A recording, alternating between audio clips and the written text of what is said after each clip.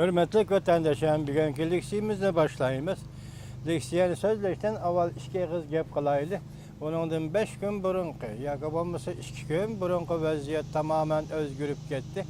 Bu özgürge vaziyetni qabul qilishga hissiyatimizni to'g'rilab turayli, hurmatli vatandaşlarım.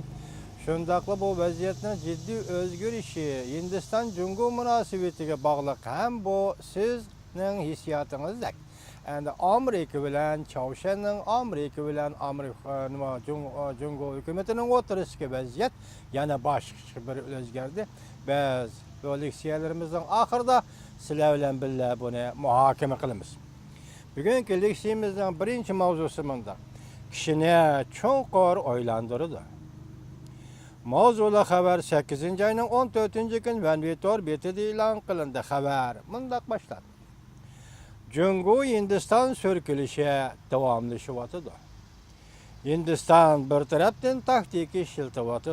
Yana bir tarafdan Tibet ko'zorini ko'tarib chiqyapti. Shundan ko'rib olg'ili bo'ladiki, Hindistan ko'tarib chiqadigan ko'zorlar ko'p emas. Hindistan ko'tarib chiqadigan ko'zorlar ko'p emas deydi xabar yozuvchi. Tibetmi ortiq yana bir ko'zor bormi ko'tarib chiqadigan Jungolar qapanda? Ko'p emas. Lekin va to'qinish va so'rkilish maydonidan Iroqdagi davlat Mongoliya, navbatda bu davlatning ichki qismida kimda birisi Tibet masalasini ko'tarib chiqib, buni deydi xabar yozuvchi. Aniqki Hindistonga yon tayoq bo'ldi. Mongoliya Hindistonga yon tayoq bo'ldi. Bundaq ahvolga Jungo pozitsiyasini bildirish kerak. İki davlat Jungo-Mongoliya munosabatini buzmaslik to'g'risida ogohlantirish berish kerak. Jungo Tashqi ishlar ministrligining to'r betida 8-oyning 11-kuni tarqatgan bir parcha xabarda Jungo Tashqi ishlar ministrligi ministrining yordamchisi Kong Chuan Yu apandining 9-kunidan 11-kunigacha Mongoliyani ziyorat qilganligini bildirdi.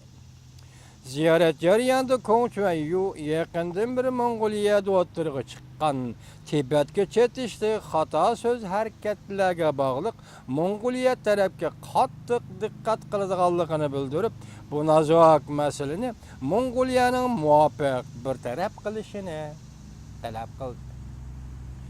Mongoliya bilan birlashib Jungoga besim ishlatish amaliyotda Hindiston uzundan bir o'ylab kelayotgan masaladir. 7-oyning 27-kuni Hindiston matbuotlari mundaq ko'rsatgan. Hindistonning vaziri Modi Jungoni tanqidlaydigan maydonda turib kelayotgan Mongoliyaning yangi saylangan prezident Batolgani Hindistonni ziyorat qilishga taklif qilib, Hindiston Jungo munosabati sazgor bir paytda turganda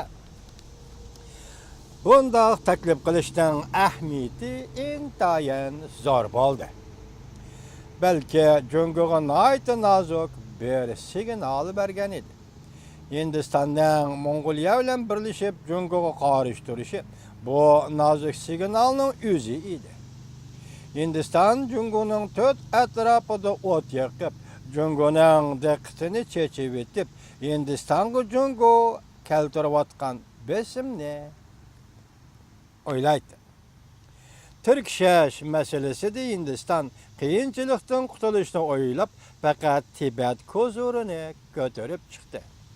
Dal shundaq paytda Mongoliyaning ichki qismida Tibet to'g'risida buni deydigan xabarning o'ttirg'i chiqishi kishini Mongoliyaning muddasidan gumon qilishga ittiradi. Bu munosabat bilan Jungo Mongoliya oqko'ngillik bilan ogohlantirish berib, Jungo Mongoliya munosabatini nazarda tutib, Mongoliya Hindiston tarafidan foydalanib ketilmasligi kerak dedi. İlacı bo'lmaganda Jungo Mongoliyaga iqtisodiy embargo siyosati yurgizsa, Mongoliyaning iqtisodi darhol qiyin ahvolda qoladi. Kulkilik bir gap. O bir davlat xabar yozuvchi apandi. Mongoliya iqtisodiy jihatga Jungo qanday ehtiyojli bo'lsa, masalan, Jungoning sanoat taraqqiy qilgan davlatda faraz qilaylik, shu sanoat uchun xom ashyoga ehtiyojli bo'lgan Jungo ham Jungo'nun ham eşya, Mongoliyaning ham eşya bazılығы ve ham eşya mahsulotları ham shunda ehtiyojli. Nemishqa birisi-birisining savdosini tugatoladigan qoida bulamdi dunyoda. Mongoliya agar Hindiston bilan bir-biridan nafas olib, o'xshash ahvol yana bir qatam yuz beradigan bo'lsa, Jungo uchun aytganda bu ish intayin og'ir bo'ladi. Diqqat vatandosh. Mongoliya agar Hindiston bilan bir-biridan nafas olib, o'xshash ahvol yana bir qatam yuz beradigan bo'lsa, Jungo uchun aytganda bu ish intayin og'ir bo'ladi. Masalan, Mongoliya hozir Tibet masalasi ko'tarib chiqdi. Jungo'ning qaytirib tadbir qo'llanishi texnik kuchlik bo'ladiganligi Mongoliyaga aniq. O'tira qisilib qolgan kichik bir davlatning oqilona qiladigan ishi o'zini voqealarning sirtiga qo'yib, boy bo'lishning ko'yida yurib, iqtisoddan taraqqiy qildirish kerak. Bu bir nasihat ekan, bu bir jumla. Jungo Hindiston talash tortishi har qanday davlatga munosabat. Hindiston kimni yeniga tortsa, uning Hindistonga tegadigan foydasi chaqliq, deydi xabar yozuvchi. Demak, siz bu xabarda hozir sakradingiz. Qozonga tushgan qo'noqdek sakradingiz. Sababi hozir Mongoliyada Tibet masalasini ko'tarib chiqdi. Hindistonga berib qaytib kelgandan keyin Mongoliya hozir Tibet masalasini ko'tarib chiqdi. Biz buni keyingi muhokamamizda muhokama qilamiz, hurmatli vatandoshlar.